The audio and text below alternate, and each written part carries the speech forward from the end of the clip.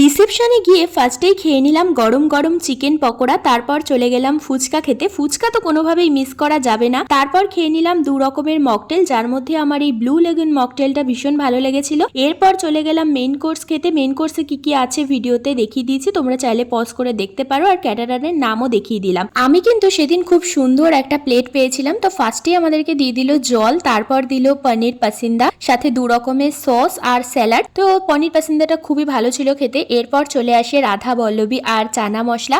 তারপর চলে আসে আমার ফেভারিট ভেজ ডাল, সাদা ভাত আর আলু চিপস। এটা আমি ভীষণ ভালো খাই যে কোনো অনুষ্ঠান বাড়িতে। দেন চলে আসে কাতলা মাছের কালিয়া। তারপর চলে আসে আমাদের সবার প্রিয় মটন বিরিয়ানি, আর এখানে আমি আমার পছন্দের একটা মটনের পিস পেয়েছিলাম, যার জন্য ভীষণ খুশি। মটন বিরিয়ানির সাথে কিন্তু চিকেন কষাও ছিল, তবে আমি ওই এক পিসই নিয়েছিলাম। এরপর দিয়ে দিল আমাদেরকে আমের চাটনি, সাথে ছিল পাঁপড় আর 2 রকম মিষ্টি, একটা কালাকাঁদ আর একটা মালাই চমচম। তারপর নিয়ে নিলাম আইসক্রিম, আর লাস্টে একদম একটা নিয়েছিলাম স্টল থেকে পান। তো এই ছিল আজকের ভিডিও।